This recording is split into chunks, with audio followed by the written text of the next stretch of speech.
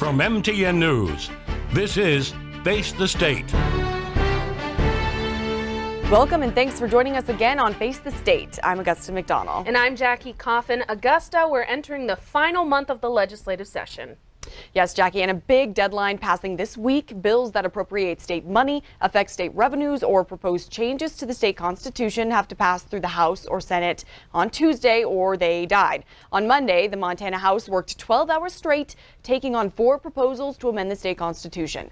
The biggest would change the way Montana Supreme Court judges are chosen, from statewide elections to having the governor appoint justices who would then have to be confirmed by the Senate. Democrats say they will oppose all constitutional changes. I think what we've heard loud and clear from Montanans is that, full stop, they're not interested in changing our Constitution. I think that has been what I have heard the most loudly across all ideas. Meanwhile, the Senate passed a bill with bipartisan support to allow marijuana tax revenue to go toward county road maintenance. 2 constitutional amendments also passed their first readings, one to establish a mental health trust fund, the other to do with legislative districts. It would prohibit the redistricting commission from considering any data pertaining to the political affiliation of electors or prior election results, Jackie. And with the transmittal deadline passing, it now appears a series of proposals to amend Montana's constitution will miss the 2024 ballot. That includes the bill Augusta touched on, giving the governor the power to appoint state Supreme Court justices unless it can swing Democratic support in the Senate, which seems unlikely. A total of 7 amendment proposals advanced, but none are expected to get through the 2/3 majority needed to go in front of voters. All right, thank you, Jackie. And the Montana House also passed a bill yesterday to provide more funding to ambulance services across the state. The legislation looks to increase reimbursements through the Montana Medicaid program, which ambulance providers say is 40% below their costs right now. Under the bill, ambulance providers would pay a fee just under 6% of their net revenues. That money would then go into an account and serve as a match to bring in more federal funding. Personally, that's what I'm probably most excited about, is being able to pay these field personnel better, because the job they're doing is extremely important and they deserve to be as well paid as possible. The bill passed with wide bipartisan support and it will now go to the Senate for consideration. And Montana is one of just a few states in the country that don't allow for charter schools. Efforts in the past to bring them to Montana have failed at the legislature. But just last week, 2 bills with an unknown cost to public education passed on to the Senate. I spoke with a Billings mom who's interested in opening a charter school for kids with dyslexia, like her son Henry. They tried private school when it was time for him to go to kindergarten, but then lost the early intervention state services he was receiving. We have since switched him to public school, and it's going really well. They've been great to work with. They do have some resources available to him, but because of the nature of his disability, he learns a different way. His dyslexia, it's not just difficulty learning to read. Wright wants to access state funding to create a new option for kids like Henry. I think that having a school for students with dyslexia would be an amazing opportunity just to make sure that they are getting those services that they need, but are also with other students who are learning the same way that they are, so that they can stay on track with their cohort and their peers. There's 2 bills that could create this option this session. HB 562 is sponsored by Billings Republican Representative Sue Vinton. HB 549 is sponsored by Great Falls Republican Representative Fred Anderson. They're similar but contain key differences in how much they could cost and what regulations the bill would require charters to follow. Here's Billings Public Schools Superintendent Greg Upham's take on the 2 measures. Yeah, I'm not opposed to any charter bills other than the one that's being sponsored by Ms. Vinton. I have concerns with because it doesn't have any regulation over it. Representative Anderson's bill, the charter school is fine. We have a form of a charter school in our career center, so I think it leads to innovativeness and allows for some change. In early March, Governor Gianforte signed a public schools funding measure that added about $86 million to the state's K-12 base aid funding. Both HB 562 and HB 549 would allow for charter schools to access that funding as well, with no limit on the number of schools that could be established. This makes the cost of the measures difficult to estimate. Melissa Romano is a House Democrat from Helena who sits on the Education Committee. She was Montana's Teacher of the Year in 2018 and does not agree with Republicans' call for school choice. This is not what the public wants. The public wants public money going to public schools with licensed teachers who are top-notch and who have accountability measures. And none of these charter schools have that. In a statement after the bill passed out of House Appropriations, she said whether or not it happens immediately, these dangerous bills will funnel unlimited amounts of public tax dollars to unregulated, unlicensed, and unaccountable schools.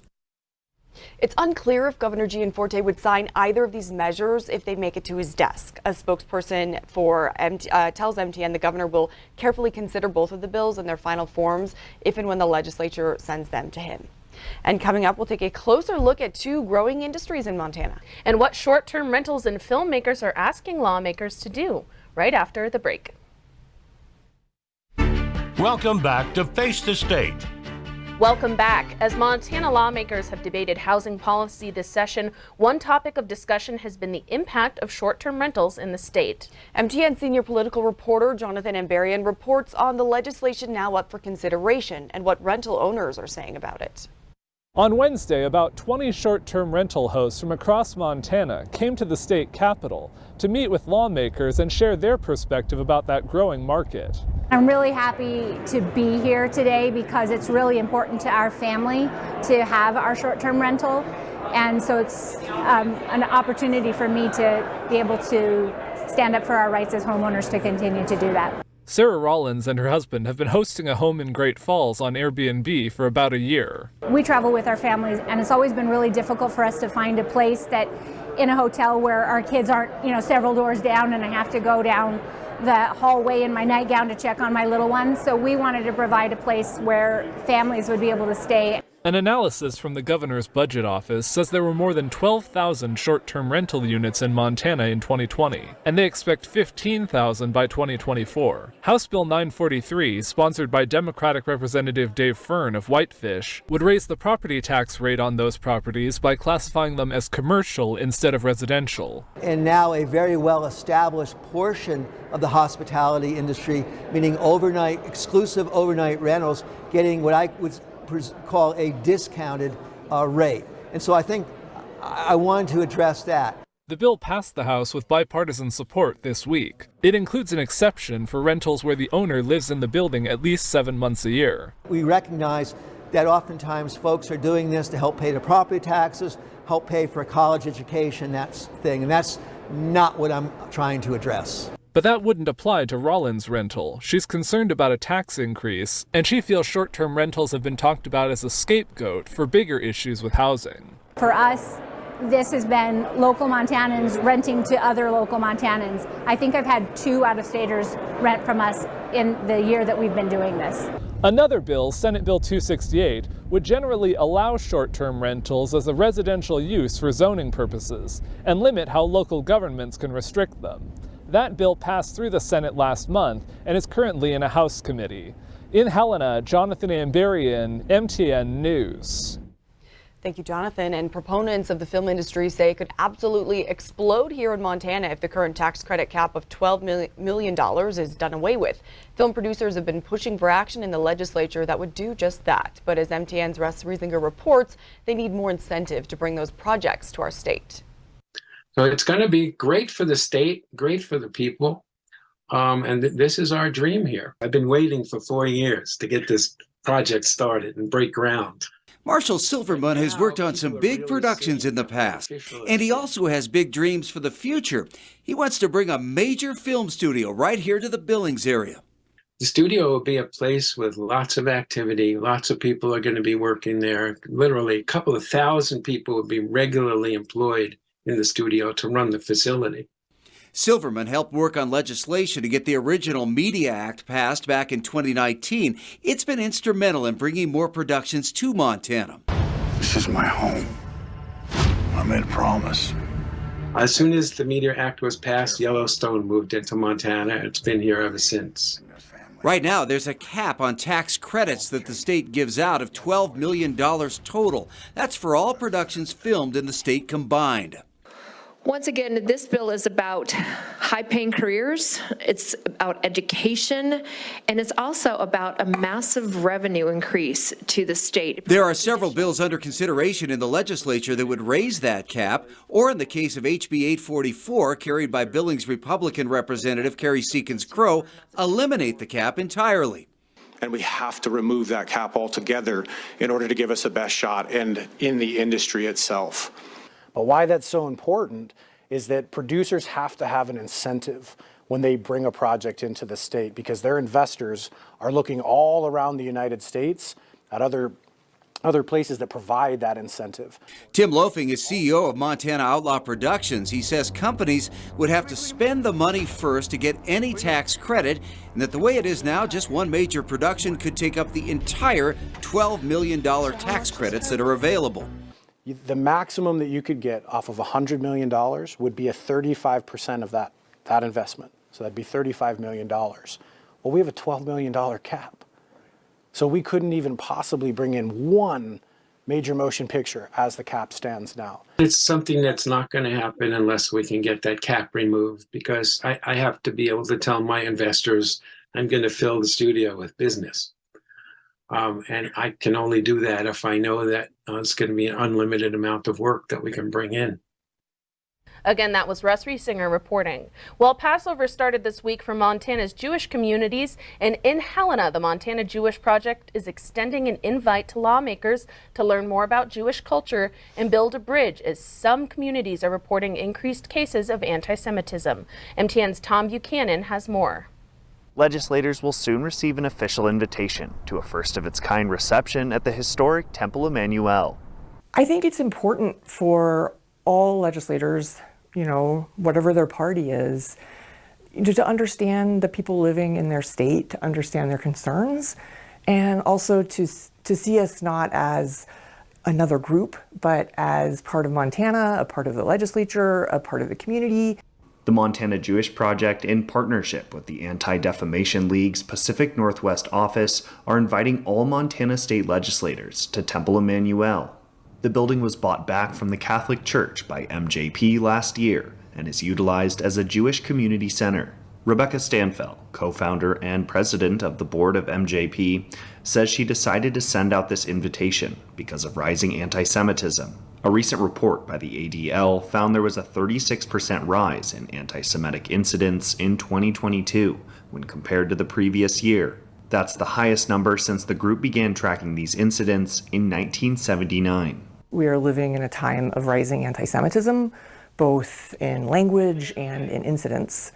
And we just thought this would be a great opportunity to get people out of behind, the legislative walls, to come someplace to learn the history of this amazing community and the contributions they made to the Treasure State. Stanfel says she hopes that relationships are formed and neighbors are met during this reception, and that a better understanding of the Jewish history in Montana is gained. And so the whole point is just, let's talk to one another, ask questions, be part of the broader community. Rabbi and Representative Ed Staffman of Bozeman will be attending the reception and hopes other legislators will make the same choice. Across the United States, we're seeing rising anti-Semitism, and it's important that there be a relationship between our lawmakers and the Jewish community. The reception will feature food, drink, a tour, and live klezmer music. Official invitations to the legislators will be delivered soon. Reporting in Helena, Tom Buchanan, MTN News. Thank you, Tom. And up next, the biggest political stories we're watching. We'll be right back. Welcome back to Face the State. Welcome back to Face the State. There was a lot of political action on the national stage this week. For the first time in 15 years, liberal justices will have control of the Wisconsin State Supreme Court. A Democrat-backed judge beat out the GOP candidate in a race that was closely watched by high-profile politicians all across the country. The race is considered important because the court will soon have to make a decision surrounding a proposed abortion ban in Wisconsin. And of course, the big news: for the first time, a former U.S. president is facing criminal charges. That's right, Jackie. Former President Donald Trump is facing an unprecedented challenge, defending himself in criminal court while running for president at the same time. Nicole D'Antonio has more details from Washington. Former President Trump's run for the White House may have actually been boosted by his indictment on 34 felony counts of falsifying business records. He has more support now than he ever had. A senior advisor for Trump tells CBS News the charges give Trump a leg up politically. The campaign has raised millions of dollars in recent days, even offering a T-shirt with a fake mugshot. What they're doing to Trump, targeting him, is to stop him from running. They think they're going to take him out, but what it's doing is it's just making him stronger. Trump responded on social media Wednesday morning, saying the people see what's going on and will not allow it to continue. Tremendous spirit right now in the Republican Party. But we're still 10 months out from the first votes being cast in the 2024 Republican primaries, and not everyone is happy with the former president. No one is above the law. He certainly should be arrested or arraigned for all of the mistakes and lies and prejudices that he's caused in our country. Trump's lawyers say they will try to get the case dismissed long before the voters go to the polls. Is it a motion to dismiss for prejudicial pretrial publicity? I mean, is there a place in America, but particularly, is there a place in New York where Donald Trump can get a fair trial? That will be the argument of the defense. Trump's next court appearance is set for December 4th. Nicole D'Antonio, CBS News, Washington. Trump will be on the road campaigning again next week when he's scheduled to speak at the NRA convention in Indianapolis. It's a courtroom drama playing out 2 time zones away, but of course Montanans are watching and weighing in. I sat down with one of our favorite political commentators here on Face the State, director of the University of Montana School of Journalism, Lee Banville, to dig deeper into the Trump indictment. All right. So, Lee, I'm just going to ask you what you make of the Trump indictment, its significance, and what it could mean in the political sphere. So, I mean, there are 2 big elements to this to think about. First of all, there's the legal element, which is, was a crime committed, and will the state of New York, in this case, be able to prove that that crime occurred and that former President Trump is responsible? That's a whole separate question, and that will hinge a lot on the individual charges. Obviously, those are being unveiled today, but then also, what is the evidence of this? And is it enough to convince a jury of people in New York who will be, I mean, thinking about the trial here is going to be so complicated, because you're going to have to find a group that doesn't believe that former President Trump is innocent or already guilty. You have to find people who are like open to being, that whole legal question is a big question mark right now. All we know is that process is starting, and it's going to take a long time, and it's going to be really complicated. The political stuff seems a little less complicated in a way. Like a lot, it's over the years, very little has affected the way people view former President Trump. They either feel like he is a voice of independents who are willing to stand up to the powers that be and represent people who have been sort of stomped on or ignored by the political process, or he is a sort of renegade, norm blowing up, sort of like political chaos storm. And for both the groups, I don't know if this changes anything. Like, either they feel like, well, the political system is being used to attack, the legal system is being used to attack him by his political opponents, or this is the truth coming out, and this is accountability being forced upon him by the system.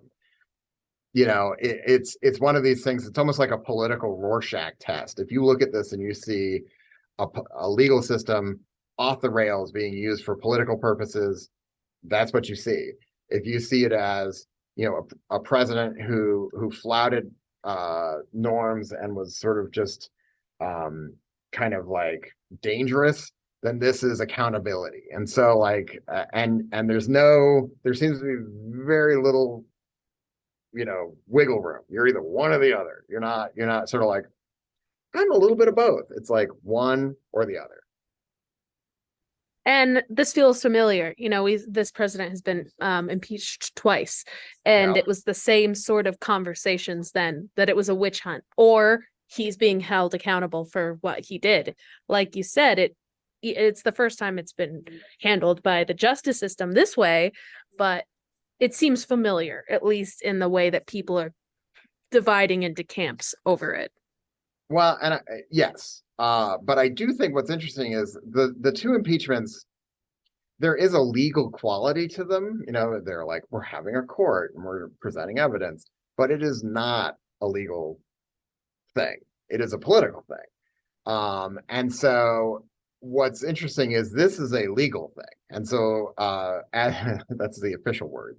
No, it's a court proceeding. And so there are rules around evidence and there's rules around testimony. And it is not trying to convince the public to feel one way or the other. It's a jury, and the jury will be given very specific instructions about what evidence to consider and how to consider it. And so, like, you know, the way the public reacts to something and the way it looks within a courtroom can appear very different. And so that's the thing that right now we're all viewing this primarily through a political context. And what will start to unfold over the coming weeks and months, maybe year, is what does this look like legally? Like, what is the laws that have been violated? What is the evidence that he is responsible for violating them? And is that evidence enough to be beyond a reasonable doubt? And that's a whole different thing. Right now, we're all just talking politics, but law will start to trickle in here, and it will change what we're actually discussing. I mean, we will still be talking about the dynamics of the politics of this, but in that courtroom, it's going to be a very different conversation. Looking at the implications of this on a state like Montana, you know, we're far away from it. We've taken a hard right swing. There are a lot of Trump supporters in Montana, but we're seeing right now in Helena and in this Montana legislative session, a lot of questions about the courts, about politicization of the Supreme Court's trying to change way justices are appointed. Right. Do these two things fit in, or does the politics around Trump's arrest kind of in some ways match the politics of how different states, including Montana, are looking at their judicial systems right now? Honestly, that is a really good question. I think that you know, we don't know. I think in some people's minds, the two are the same. That the judicial system is being used as a political weapon to punish President Trump, to thwart the will of the legislature, which the legislature says is the will of the Montana public. It's, you know, it's unaccountable. It's off doing its own thing. I don't know if that narrative is how people feel about it. Like, I don't know if they look at that courtroom, you know, over there in New York City and say it's part of a political process that is run amok, you know, in the courts in Montana, as well as the courts of New York. It's possible. I mean, that would be really worrisome because, I mean, I think that, you know, the legal system is supposed to be separate. It is supposed to be sort of like off doing its own thing. I mean, that's kind of how we want it set up, so that honestly, if the legal system is correct and that prosecutor in New York is doing a political thing without any evidence, the legal system should stop it. Just like if the legislature in Montana passes a law that violates the Montana Constitution, even if lots of people like it, it should stop it, right? And so I think, you know, the legal system is supposed to be, you know, less about representing what the public wants and more about representing what the law should be and how it should be applied. You know, the hope is that people will reserve judgment and say, well, let's look at what the charges are. Let's look at what the evidence of those charges is, and then we can make a decision about his guilt or innocence. But because of the hyper-partisan nature of this trial, it's going to be really hard for people to do that. We'll be right back with more Face the State. Welcome back to Face the State. Welcome back to Face the State. Joining me now, I have MTN senior political reporter Jonathan Ambarian joining us from the Capitol. Thank you for joining us. Thanks, Augusta. Thanks for having us. So we're talking about next week. Right now, we're seeing a lot of work trying to be pushed through, and lawmakers are coming up on some deadlines that they can't quite hit. Talk about the transmittal deadlines that are being delayed right now. Yeah, basically, we're into the last month probably of the legislative session here, and this week was the last transmittal deadline for bills to get out of their first house. But there are also deadlines about there's days when bills have to get back if they're amended, because they have to go back and be considered in the first chamber they went through again. And so what we heard this week is that lawmakers said, look, we have a huge volume of bills still to get through, and we just don't feel like we're going to make it to the deadlines that we initially had. So they suspended the session rules and pushed the deadlines back a little bit. And the session is now looking like it may run into the first week of May, which would be later than previous sessions that I've covered.